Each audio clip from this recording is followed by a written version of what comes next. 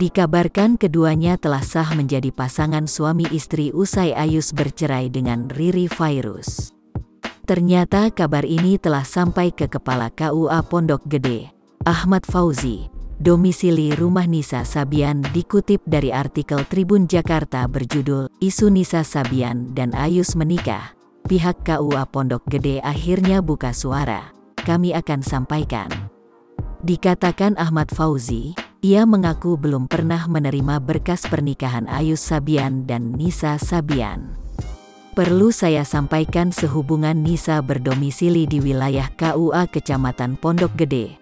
Konfirmasi saja sampai detik ini belum ada pendaftaran atas nama Nisa Sabian.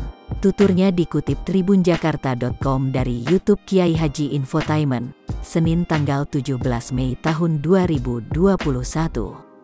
Masih kata Ahmad Fauzi, biasanya jika seseorang hendak menikah, berkas harus diurus paling lambat 10 hari sebelum akad. 10 hari sebelum akad nikah berkas harus udah masuk. Setelah saya cek bawahan saya, staf saya, belum ada pendaftaran atas nama Nisa Sabian, sambungnya.